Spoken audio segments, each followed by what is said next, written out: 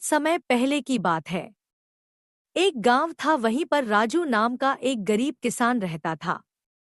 उसका छोटा सा परिवार था। वह खुद, उसकी पत्नी और उसका बेटा रोहन।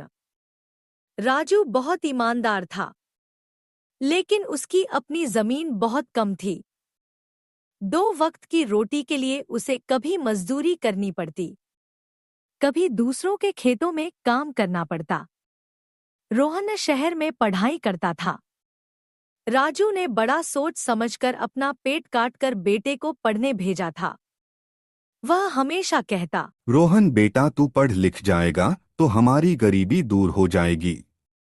तू हम जैसे गरीब किसानों के लिए कुछ अच्छा करेगा। कुछ सालों बाद रोहन की पढ़ाई पूरी हो गई और वह गांव वापस लौट आया। जिस गांव में राजू रहता था, उसी गांव में एक बहुत लालची और चालाक जमींदार रहता था। उसका नाम था ठाकुर रणवीर सिंह। ठाकुर के पास पूरे गांव की आधे से ज्यादा जमीन थी। वह गरीब किसानों को अपनी जमीन ठेके पर देता, लेकिन बदले में बहुत सख्त और बेइंसाफी वाली शर्तें रखता। एक दिन ठाकुर अपने नौकर मंगू के साथ बरामदे में बैठा था। ठाकुर हंसते हुए घमंड से, अरे मंगू, इन गरीब किसानों की जिंदगी कितनी सस्ती है। ये दिन रात खेतों में खटते हैं, फिर भी इनके पास पहनने को पूरे कपड़े नहीं, खाने को पूरा अन्न नहीं, और मैं बस एक कागज पर दस्तखत करता हूं, 2-4 शर्तें रखता हूं और सारी फसल मेरे गोदाम में। मंगू चापलूसी करते हुए, सही कह रहे हो मालिक। यहाँ क्या, आसपास के 3-4 गांव में सिर्फ आपका ही सिक्का चलता है।